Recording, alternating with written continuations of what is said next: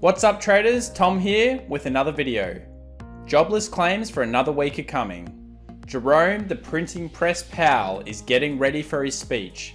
And while all of this is happening, we have the market almost hitting 3,000 on the S&P 500 and the 200 SMA. So what's going to happen next? Stay tuned.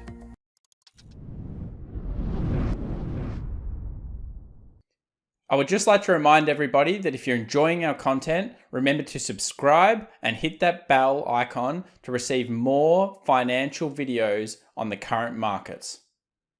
So today's video starts with jobless claims. And at the end of this video, by the time it's posted, I'll have my thoughts on what the actual figure is.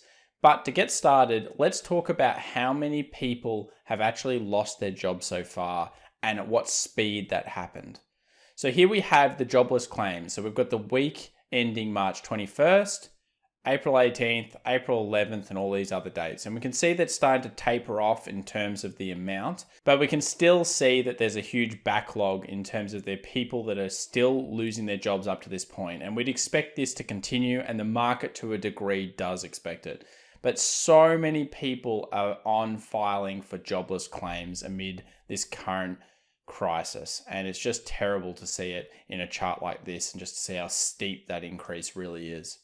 So backlogs and a second wave of layoffs are keeping the US weekly jobless claims high, and for the Fed to keep the S&P 500 where it is, they're going to continue to need to pump the system. Now, we've heard Jerome Powell say many times he's prepared to do whatever it takes, he's got unlimited liquidity, all sorts of things, but it's interesting that every time we're seeing a bad event in terms of these claims, and we'll soon see tonight what's going to happen, effectively, there is some good bit of news coming out. It has happened every time, and I mentioned that in a few videos over the last couple of weeks, that every single time a bad bit of news is coming out, it's being counteracted by a good piece of news. So let's see if they can keep that going tonight. So the next part of today's video, before we get into the technical analysis, is to talk about major mispricings in the markets. And this, according to Wells Fargo's Chris Harvey, says is creating a huge opportunity. And in some ways, I'd start to agree with him. The reason that it produces quite a big opportunity is you have so many sectors that are just absolutely smashed. We've got sectors that are down 50% or more, and I'll actually be making a video about this and on this channel and talking about the sectors that are completely smashed, which is obviously not just the leisure sectors.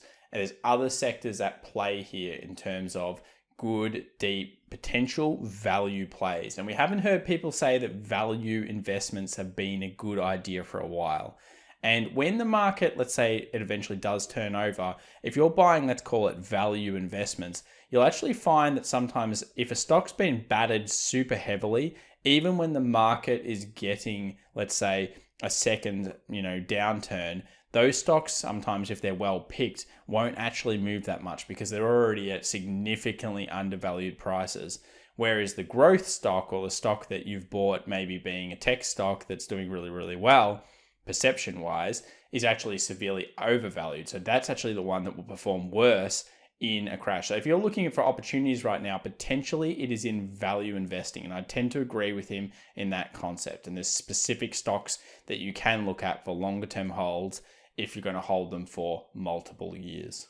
Let's talk about now the S&P 500 and what is happening. So the S&P 500 is approaching the 200 SMA, and the 200 moving average is a key moving average in the market. So if we have a look over time and we just zoom this chart out, you'll see how the price has interacted with this zone, finding dynamic support on it over here in 2018, finding a level of dynamic resistance on it, dynamic support again, and there's little wonder why everyone's talking about this.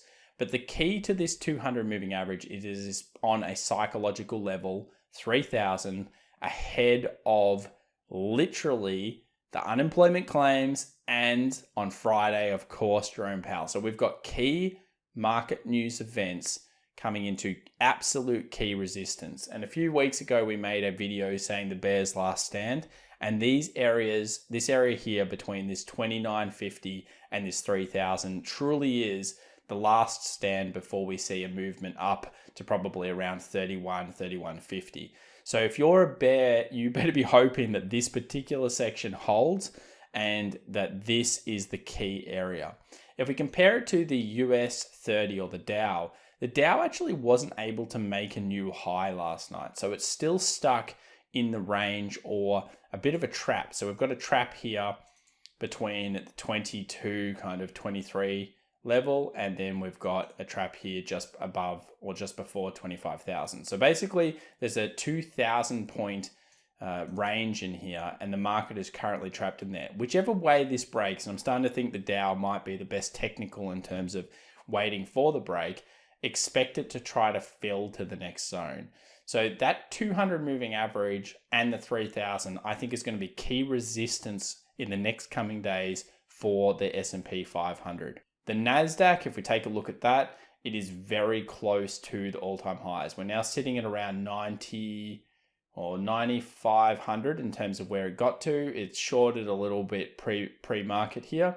And if it reaches 9,000, 9,700, 9,800, expect it to potentially just go bang 10,000 and then find sell-off. There will be sell-off points here though. It's not going to meteorically rise forever.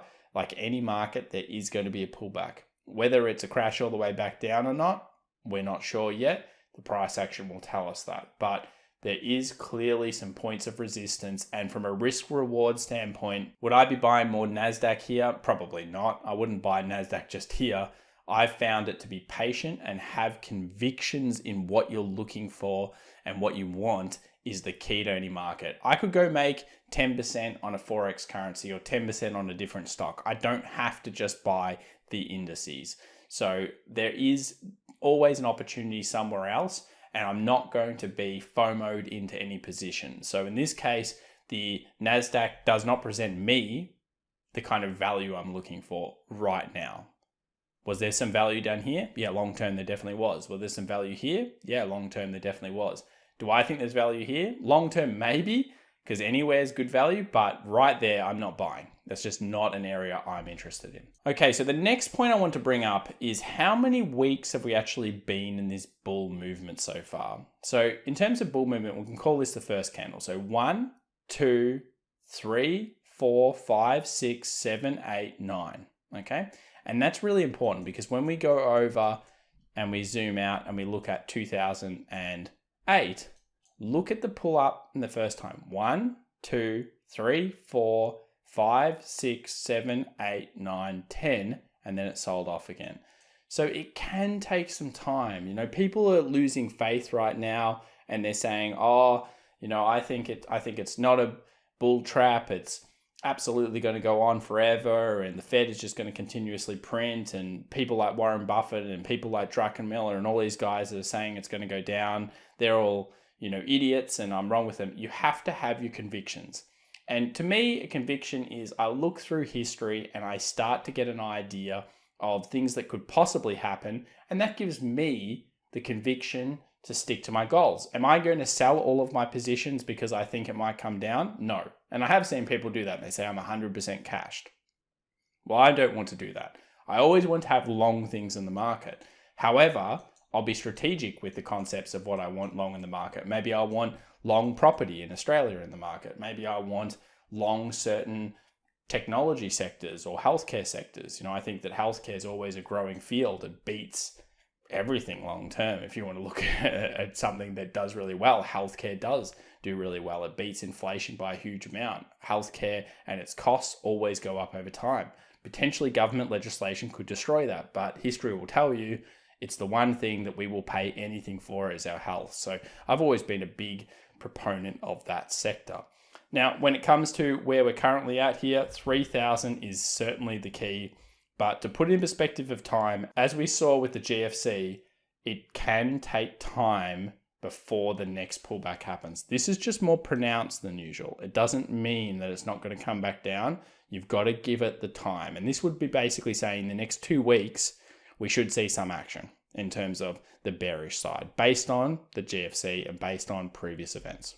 So the VIX is really coming down. This shows that sentiment is starting to turn incredibly bullish from the perspective of fear or any kind of volatilities going on in the markets. As we saw earlier in this video, those jobless claims were crazy and we're about to talk about the jobless claims as they come out. It's 10:05 right now, so I'll record this video and then I will come back and record the second section, so stay tuned.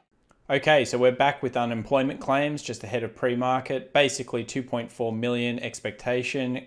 Claims came in at 2.438 million, so slightly above what the expectation was. As we've seen in recent weeks, this data doesn't seem to phase the markets. The market is slightly up ahead in futures, and it looks like it's going to open flat. So let the market volume do what it's going to do, and it does seem that it'll be more on tomorrow's speech unless the market decides to sell off ahead of the speech. So Jerome will be the key on Friday, and we'll cover that here right on the channel. So if you're enjoying our videos, make sure to, of course, subscribe, hit the alert button, like the video, and comment down below if you want to discuss something with the rest of the community. And as always, have a great week trading, and we'll see you next time.